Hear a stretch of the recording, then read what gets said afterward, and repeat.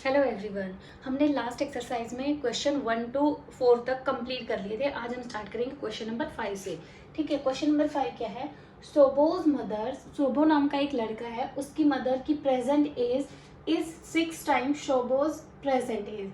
इसमें क्या है, शोभो नाम का एक लड़का है और उसकी मदर है, उनकी एज के बारे में बताया गया है। इसमें बोला है कि जो मदर्स की एज है, प्रेजेंट एज, आज जो एज है वो कितनी है? 6 times Shobho's present age. Shobho की जो एज है उससे 6 टाइम्स ज्यादा है उसकी मदर की तो ज्यादा ही होती है बच्चे से। ठीक है, कितनी ज्यादा है? 6 टाइम्स।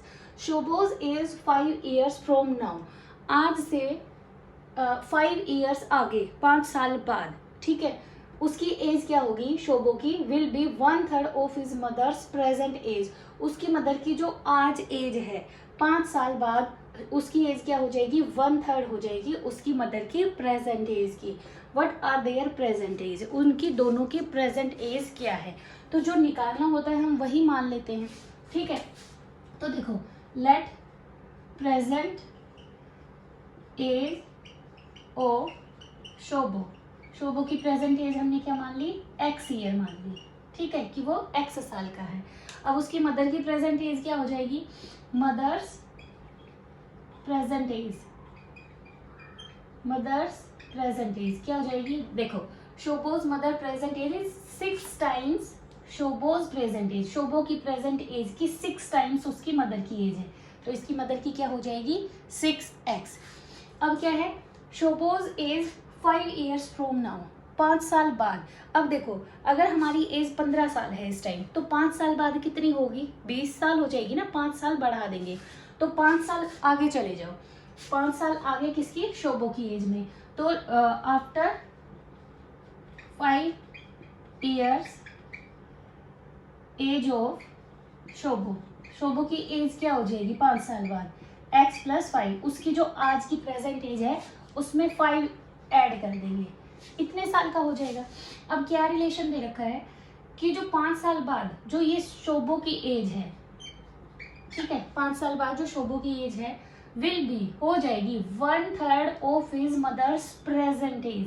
देखो ध्यान दो, 5 साल बाद उसकी मदर की एज की बात नहीं हो रही है, 5 साल बाद की उसकी मदर तो क्या है? प्रेजेंट एज की कितनी हो जाएगी? 1/3 of his mother's present as.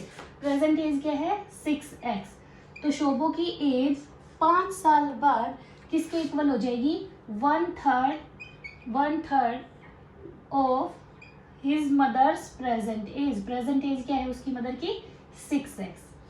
ठीक है, x + 5 is equal to 1/3 of means multiply 6x, 3 1 = 3, 3 2 = 6, तो x + 5 is equal to 2x। अब x वाले एक तरफ और बिना x वाले एक तरफ, ये x एज इट इज, इसको इधर लाएंगे, ये क्या हो जाएगा? -2x। इसको इधर लेके जाएंगे तो क्या हो जाएगा? -5। एक देखो, एक प्लस का और 2 माइनस की है, तो क्या हो जाएगा? -x, और ये -5, माइनस से माइनस कैंसिल हो जाएगा, तो x की वैल्यू क्या आ गई? 5 आ गई। हमें क्या बताना है? What are their present age, दोनों की प्रेजेंट एज बतानी है। अब देखो, प्रेजेंट एज तो हमने क्या मानी थी? शोभो की प्रेजेंट एज क्या थी? x, और x की वैल्यू क्या आ गई? 5, तो 5 ईयर है शोभो की प्रेजेंट एज, और उसकी मदर्स एज क्या हो जाएगी? मदर्स प्रेजेंट एज क्या हो जाएगी? x + 6x, तो 6 multiply by value of x is 5, 5 6 30 years उसकी मदर की एज हो जाएगी प्रेजेंट। क्लियर हो गया ये? अब है हमारा क्वेश्चन नंबर 6। क्वेश्चन नंबर 6 में क्या है? There is a narrow rectangular plot, एक रेक्टेंगल की शेप का क्या है? प्लॉट है, reserve for a school in Mohali village. The length and breadth of the plot are in the ratio 11:4। Length और ब्रेड्थ क्या दे रखी है प्लॉट की? 11:4 दे रखी है। At the rate of 100 rupees पर मीटर, 100 रुपीज पर मीटर के हिसाब से it will cost the village panchayat ₹75,000 to fence the plot. इस प्लॉट के चारों तरफ फेंस करवाई गई है। फेंस कहाँ पे होती है? बाउंड्री पे होती है। ठीक है, तो उसका खर्चा कितना है? 75,000 रुपीज टोटल खर्चा आया है बाउंड्री पे फेंस करवाने का, बाउंड्री करवाने का। What are dimension of the plot, तो प्लॉट की डायमेंशन क्या होगी? डायमेंशन मतलब लेंथ और ब्रेड्थ क्या होगी? ठीक है, अब हम क्या करेंगे? लेंथ और ब्रेड्थ दे रखी है तो हम इसे ही मान लेंगे।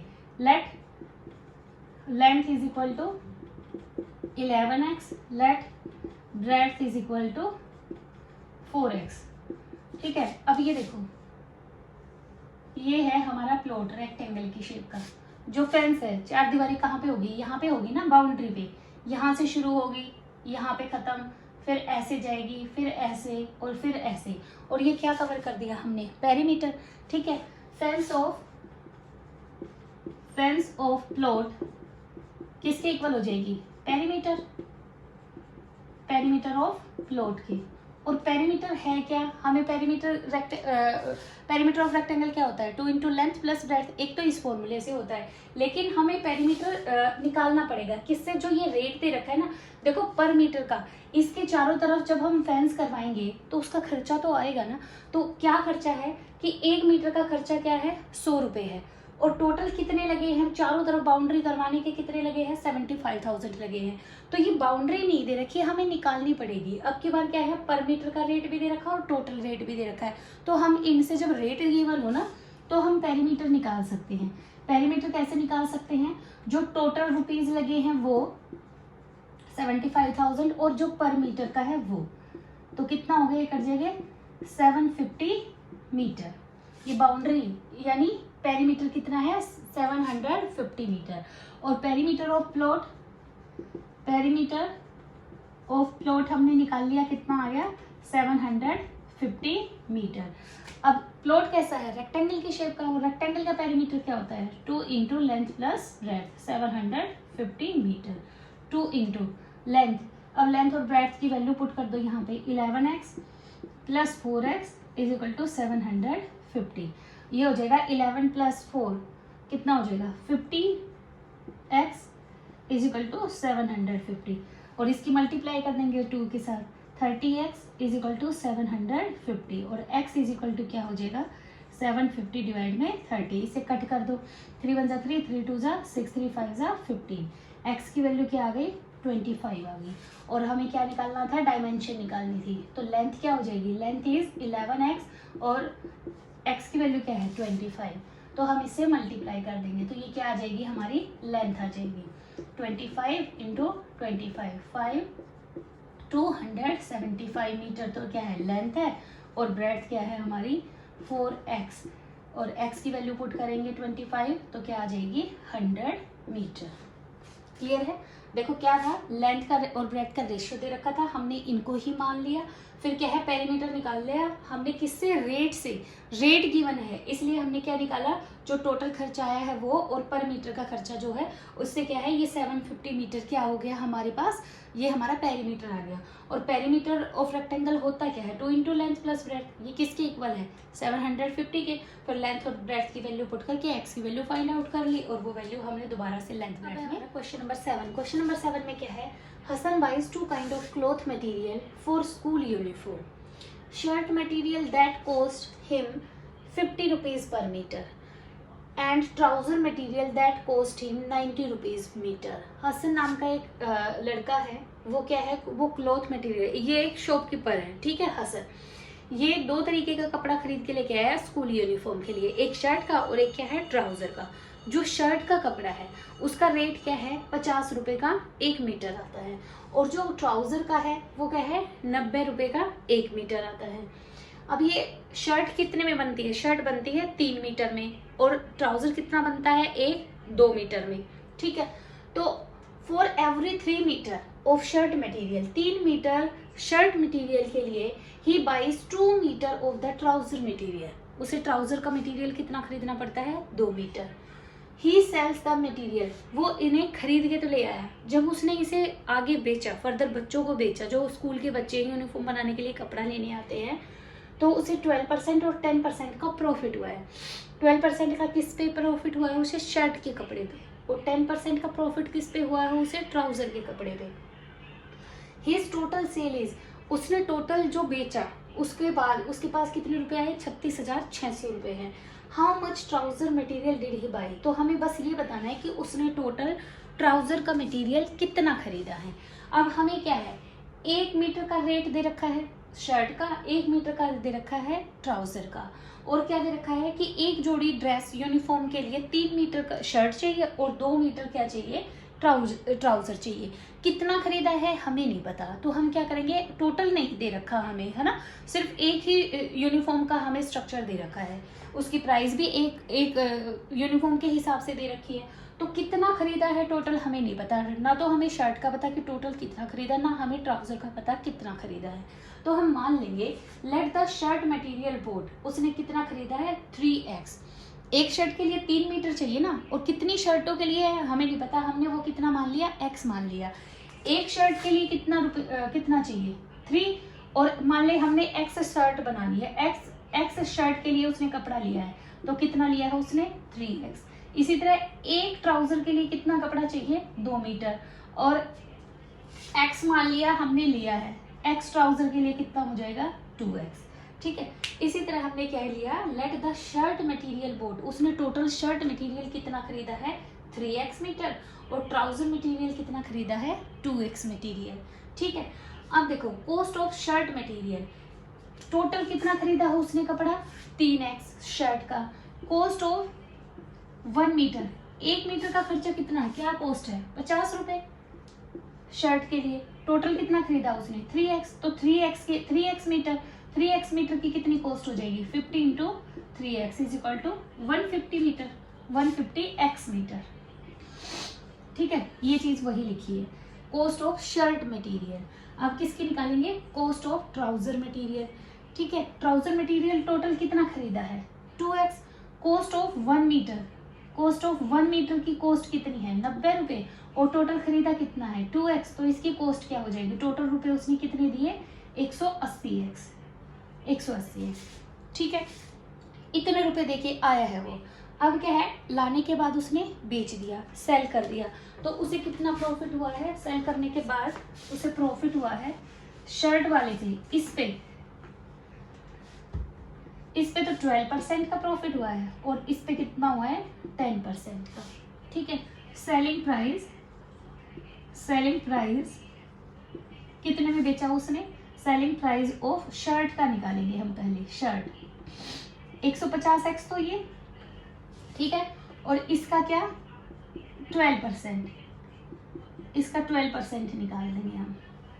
ठीक है, ऐड कर देंगे, इतने में तो उसने खरीदा था, लेकिन इसका 12% उसे प्रॉफिट हुआ है, तो 150x का 12% निकाल देंगे।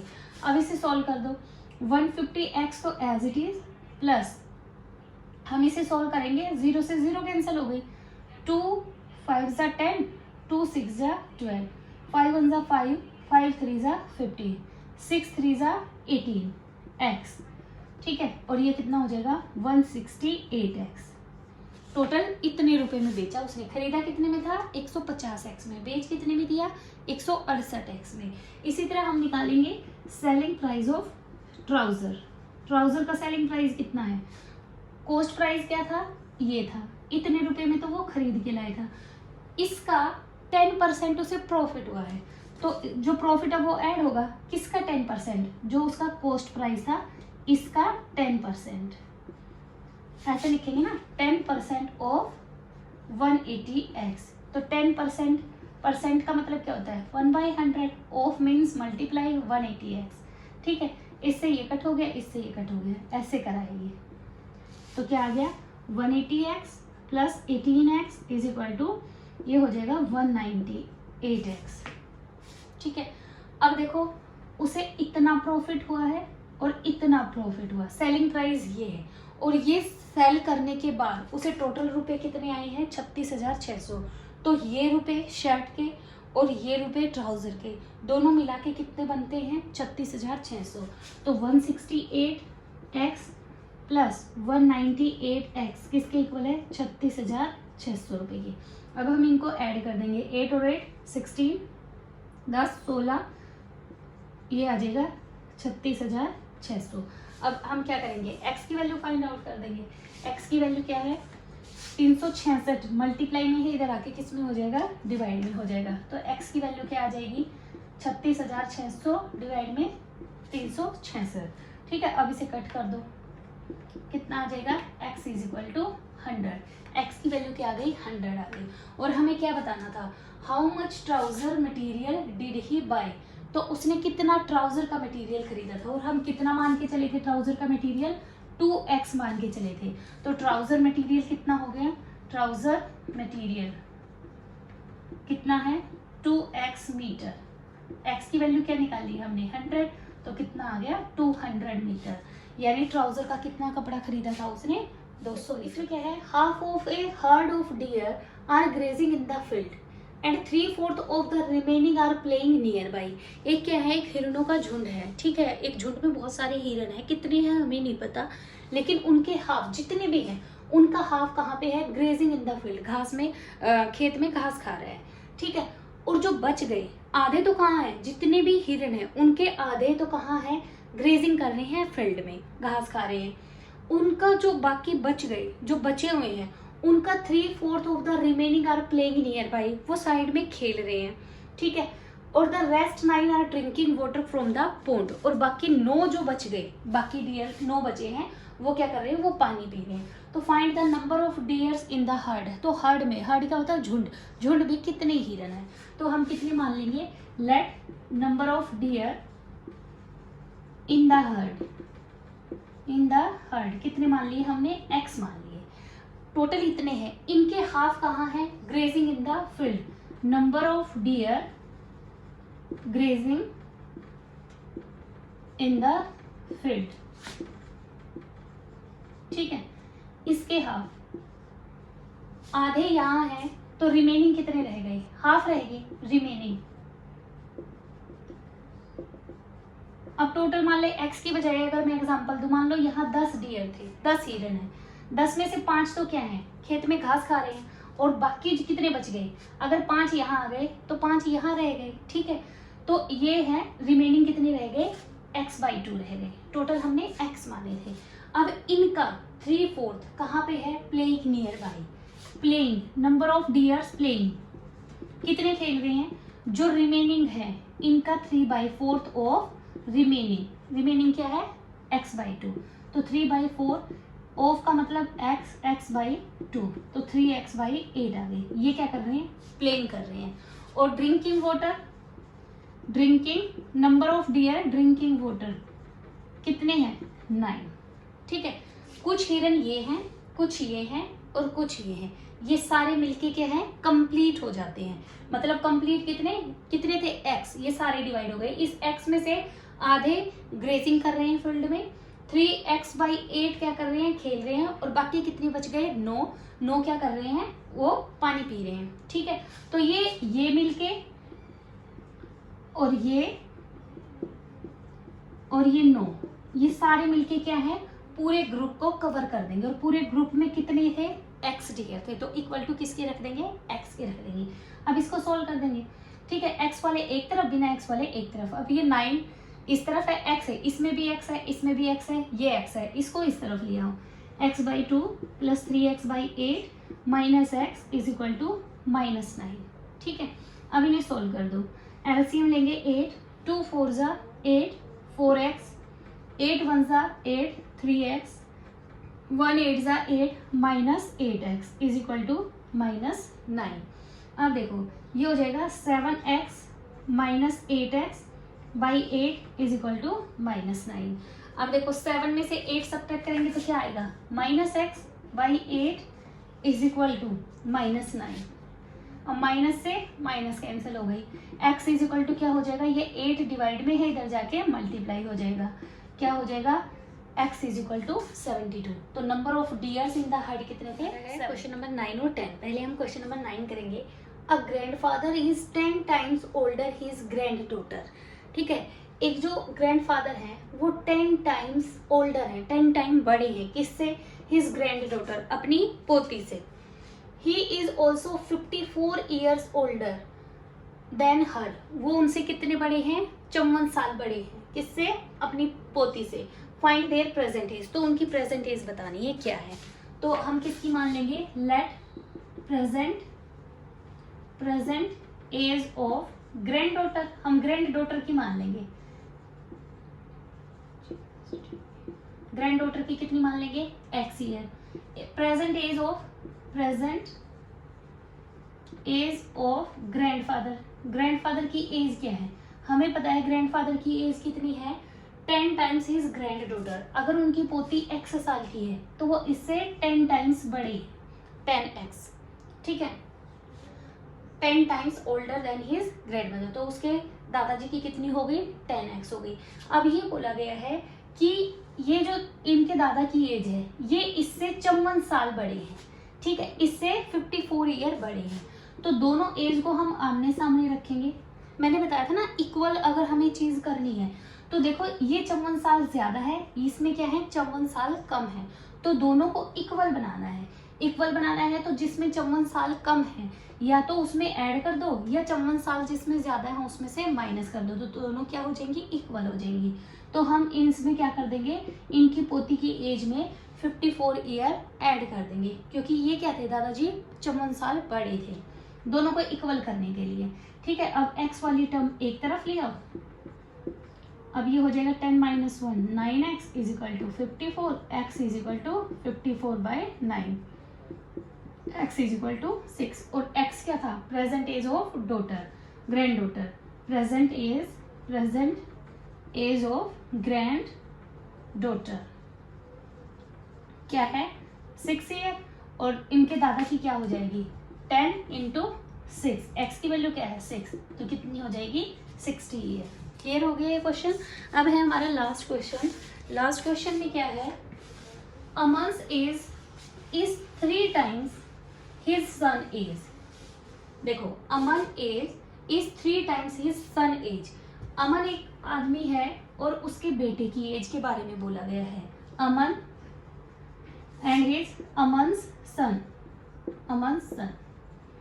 ठीक है।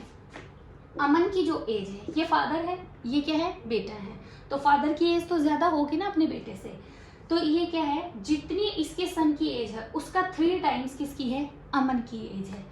तो हम मान लेंगे इसकी, हमें क्या है फाइंड देयर प्रेजेंट एज बतानी है। Late present age of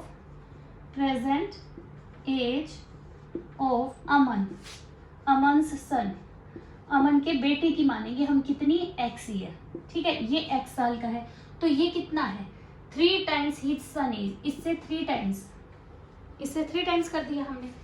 10 years ago he was 5 years, 10 साल पीछे की बात हो रही है, ये आज की एज है उनकी, लेकिन ये अब रिलेशन किस में दिया है इन्होंने 10 साल पीछे, तो हम 10 साल पीछे जाएंगे। 10 years ago एज ऑफ अमन की एज क्या हो जाएगी, आज की जो एज है इसमें से 10 साल पीछे चले जाओ।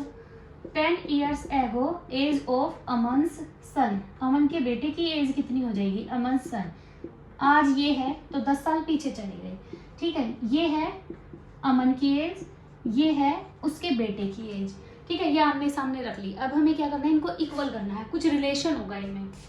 10 years ago 10 साल पहले क्या था, he was 5 times his son's age, जो ये अमन है ये अपने बेटे की उम्र का 5 टाइम्स था, इतनी इसके बेटे की जो एज है उसको अगर हम 5 से मल्टीप्लाई कर दें तो क्या आ जाएगी अमन की एज आ जाएगी। तो 5 times of his son's age, अपने बेटे की एज का 5 टाइम्स किसके इक्वल आ जाएगा अमन की एज आ जाएगी। तो इक्वेशन बन गई, इसे सोल्व कर दो। 3x - 10 is equal to 5x - 50, 5 की मल्टीप्लाई इसके साथ और इसके साथ। अब x वाली टर्म एक तरफ और बिना x वाली दूसरी तरफ, ये x है ये पॉजिटिव है, इधर आके नेगेटिव हो जाएगा, ये -50 इस तरफ और 10 की प्लेस हमने एक्सचेंज कर दिया, ये माइनस का 10 था उधर जाके प्लस का 10 हो गया, ये हो गया माइनस का 2x और ये हो गया -40, माइनस से माइनस कैंसिल हो गई, x इज इक्वल टू 40/2 कितना हो गया x is equal to 20। What is x, x क्या था उसके बेटे की एज, ठीक है, अमन के बेटे की एज कितनी हो गई 20 साल और अमन की प्रेजेंट एज कितनी हो गई 3 × 20 कितने 60 साल। देखो अमन का बेटा कितने साल का है 20 साल का और ये कितना है 60 साल का, हो गया ना 3 टाइम्स, 23 जा कितने होते हैं 60, ठीक है, तो इससे कितना टाइम है 3 टाइम्स ज़्यादा है। आई होप आपको ये एक्सरसाइज कंप्लीट समझ में आ गई होगी। Thank you very much.